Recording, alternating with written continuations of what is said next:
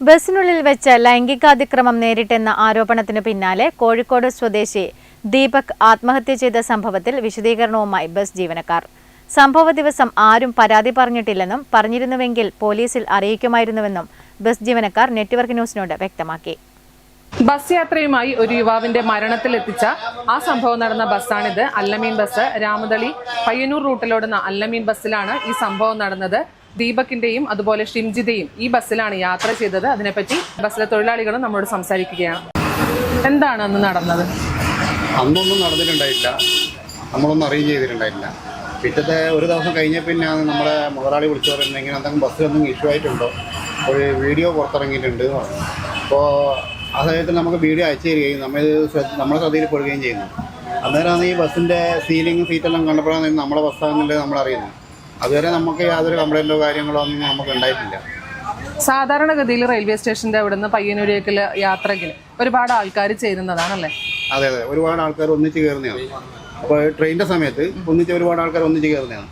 അന്നേരം ഒരാളെ നമുക്ക് വ്യക്തിപരമായിട്ടോ എങ്ങനെ നമുക്ക് പെട്ടെന്ന് ശ്രദ്ധിക്കാൻ കഴിയും. ഒരുപാട് ഒന്നിച്ച് കയറുമ്പോൾ നമുക്ക് ആ തിരക്കിൽ പെട്ടെന്ന് ടിക്കറ്റ് മുറിച്ച് തീർക്കാനുള്ള ആ ഒരു ഇത് പെട്ടെന്നുണ്ടാവും. അപ്പോൾ നമുക്ക് ഒരു വ്യക്തിപരമായിട്ട് നമുക്ക് ഒരാളെ തിരിച്ചറിയാൻ പറ്റത്തില്ല. അന്നും തിരക്കായതുകൊണ്ടാണോ ദീപക് അന്ന് മുന്നിലൂടെ കയറേണ്ടി വന്നത്? അതെ, അന്ന് പിന്നെ സ്ത്രീ യാത്രക്കാർ ലേശം കുറവായിരുന്നു, പുരുഷന്മാരായിരുന്നു കൂടുതൽ. അപ്പോൾ സ്ത്രീ യാത്രക്കാർ അതിൻ്റെ അത്രയോ ഉള്ളത് കൊണ്ടാണ് അപ്പോൾ പുരുഷന്മാർ ലേശം മുന്നോട്ട് പോയത്. സാധാരണഗതിയിൽ ഇപ്പോൾ ബസ് യാത്രയിൽ ഒരു പ്രശ്നം ഉണ്ടായിക്കഴിഞ്ഞാൽ സാധാരണ അല്ലെങ്കിൽ ഡ്രൈവറോട് അല്ലെങ്കിൽ കണ്ടക്ടറോട് ആണ് കൂടുതലായും ഇതിനെപ്പറ്റി സംസാരിക്കുകയോ അതുപോലെ ബഹളം ഉണ്ടാക്കുകയോ എന്തെങ്കിലും ഒന്നും ചെയ്യാറുള്ളത്. അപ്പോൾ ഈ ഒരു കേസിൽ അത് നടന്നിട്ടേ ഇല്ല.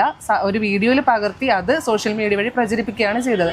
അങ്ങനെ ഒരു പ്രശ്നവും യാത്രക്കാരിയുടെ പക്ഷത്തുനിന്ന് ഉണ്ടായിട്ടില്ലെന്നാണോ? അങ്ങനെ ഒരു ഇതും നമ്മൾക്ക് ഉണ്ടായില്ല. അങ്ങനെ നമ്മൾക്ക് ഒരു കംപ്ലയിൻറ്റ് പറയുക എന്താ ചെയ്തിട്ട് നമ്മുടെ 7 പോസ്റ്റിന് എടുക്കുക. നമ്മൾ അടുത്ത ട്രിപ്പ് പഴയങ്ങാടിയൊക്കെയാണ്.